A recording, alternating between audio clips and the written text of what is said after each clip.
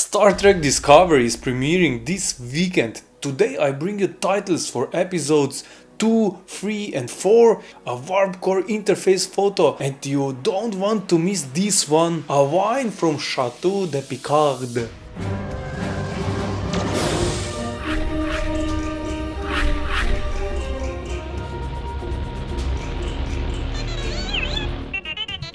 Don't forget I also do flash videos, but Star Trek Discovery, the Orville and some sci-fi stuff is really hot, and I will get back to my flash videos as I have some in the pipeline. Don't forget to subscribe and hit the little bell icon so you won't miss any new videos. On Saturday we got the title for the first Star Trek Discovery episode and it's called The Vulcan Hello. Now thanks to the Space Channel listings in Canada, we know the titles for the next episodes. Episode 2, the second part of the 2-hour pilot, is titled Battle at the Binary Stars. The title is clearly a reference to the star system at the edge of the Federation space where the Klingon incident with Burnham happens. The stunning binary star system has been seen in the promotional material since the first May upfront trailer. The title for episode 3 of Star Trek Discovery is Context is for Klingons. There is no episode description, but the king in question may be referring to Tekuma, leader of the House of Tekuma. Some fans may remember back in March, around the time this episode was in production, co-showrunner Aaron Herberts sent out a tweet referring to Obi as the king of the Klingons. After this tweet I pointed out on Twitter that the Klingons were led by a chancellor or an emperor, and the showrunner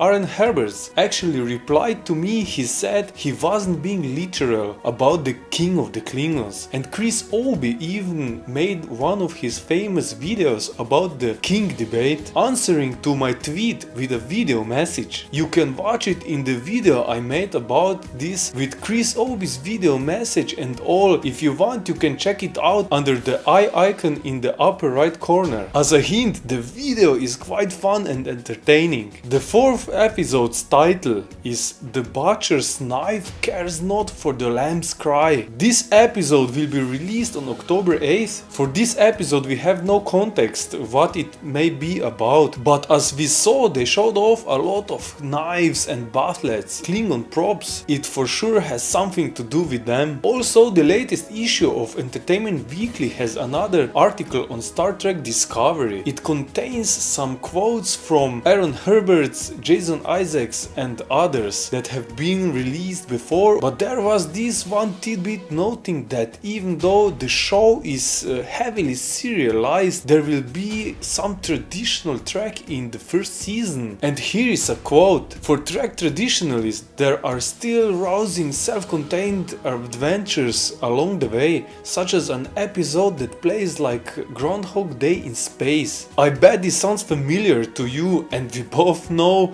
that Trek already has done some Groundhog Day types of stories, such as with TNG, a 5th season episode Cause and Effect, with the USS Enterprise experiencing a series of time loops ending with a cameo from Kelsey Grammer. Hopefully Discovery's take on the Groundhog Day won't be just a repeat. We also learned that the Discovery has a robot. Don't worry, it's not a R2-D2 or BB-8 ripoff to sell as merchandise. The news came from the official Star Trek site, as they have posted the details from the Discovery set, and there were some new tidbits such as some nice details on some of the props, including a shout out to Tellarites and a gun for Harry Mudd, and I quote the article: "There's even a Klingon torture device that's appropriately gruesome. Also pretty cool, a Tellarite bazooka, a Vulcan staff and Harry Mudd's gun, the last of which is based on a revolver and feels a bit Art Deco." The last couple of days we also got some BTS photos from Ted Sullivan. The co-executive producer has been making good on his promised to continue to tweet out behind the scenes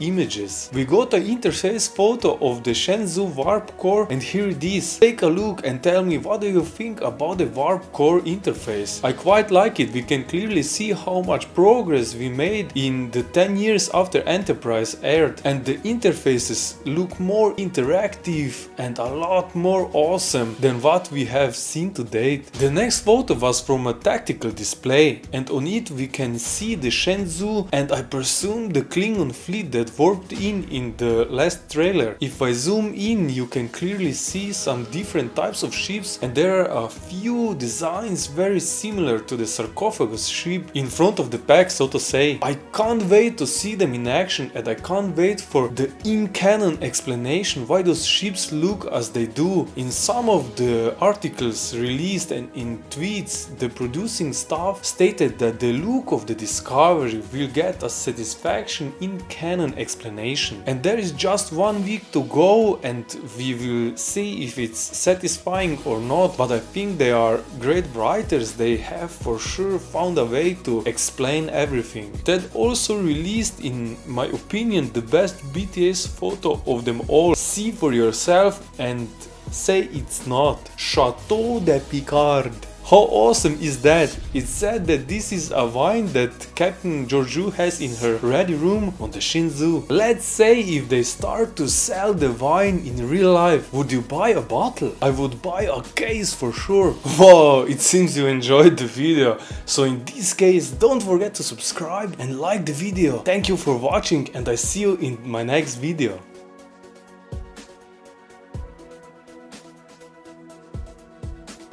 I'm so excited and I just can't hide it.